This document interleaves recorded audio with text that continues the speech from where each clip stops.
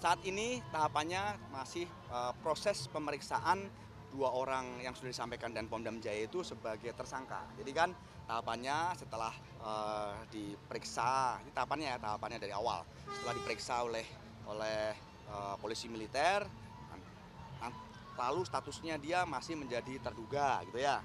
Terduga lah, setelah ditemukan cukup bukti ya, disampaikan sebagai tersangka, pemeriksaan dilanjutkan sebagai tersangka. Nah, saat ini kondisinya 2 orang itu pada posisi diperiksa sebagai tersangka ya.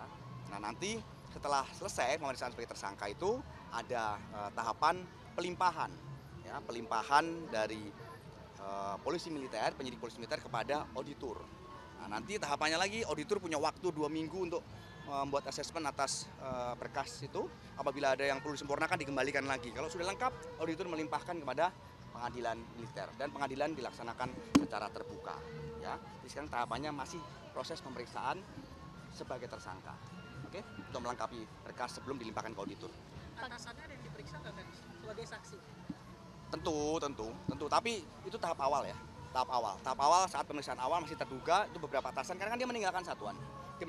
Tentu komandan pada levelingnya, ya, leveling tertentunya itu diminta keterangan.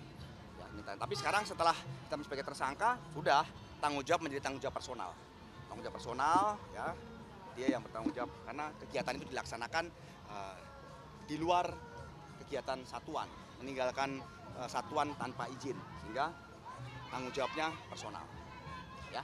Pak Kadis, kan dampak dari keterlibatan 2 oknum Kopassus di kasus tindak pidana ini sempat ada persepsi begitu Pak Kadis di ruang publik bahwa oh ternyata TNI itu bisa ya di-hire untuk melakukan hal-hal seperti itu gitu.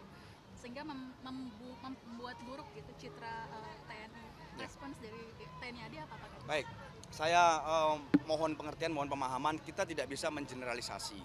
Ya, apabila ada 1-2 personil TNI Angkatan Darat yang seperti itu ya bisa di-hire, ya bisa diminta tolong untuk suatu kegiatan yang melanggar hukum, terus dia mengiyakan, itu tidak bisa lalu dikatakan bahwa semua prajurit TNI AD itu bisa di-hire untuk membantu menyelesaikan permasalahan-permasalahan terkait hal itu. Tidak ya, sekali lagi saya mohon pengertian, mohon pemahaman dan saya tegaskan di sini ya, pertimbangannya itu personal. Makanya kemarin beberapa waktu yang lalu saya ketemu dengan teman-teman media, saya sampaikan ini yang akan kita ingatkan kepada jajaran. Ya, Bapak Kasat juga menyampaikan kita akan mengadakan evaluasi. Ini yang kita ingatkan, bagaimana pengendalian diri.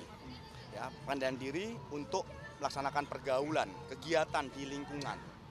Pertimbangkan betul saat kita berkawan, saat kita berkomunikasi, ada suatu permohonan bantuan, apa manfaatnya untuk personal diri masing-masing dan apa manfaatnya untuk satuan, apa kerugiannya untuk personal dan apa kerugiannya untuk satuan maupun institusi.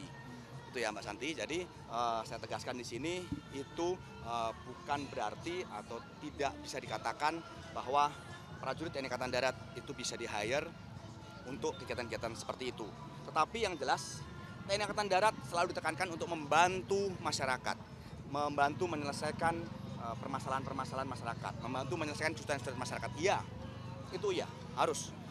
Bapak Pastor Angkatan Darat selalu menyatakan bahwa dimanapun prajurit TNI Angkatan Darat berada harus bisa membantu masyarakat, harus bisa meringankan beban masyarakat. Ya, perintahnya iya. Tetapi ya tentu prajurit harus tahu, prajurit harus mengerti. Ya, kesulitan apa yang saya bisa berpartisipasi, bisa terlibat dalam upaya untuk membantu. Permasalahan apa yang saya sebagai prajurit Angkatan Darat bisa turun untuk membantu masyarakat. Ya, tentu permasalahan yang tidak ada kaitan dengan hukum, ya, tidak ada kaitan dengan hal-hal yang ilegal seperti itu. Ya, prajurit TNI Angkatan Darat harus berada di tengah-tengah masyarakat, harus membantu masyarakat. Ya, tetapi pertimbangan betul, ya, permasalahannya apa. Ya, tidak yang melanggar hukum, tidak yang ilegal. Oke? Penegasan sidangnya terbuka ya Kadis nanti? Terbuka. Sidang di pengadilan militer ya dilaksanakan secara terbuka. Ya.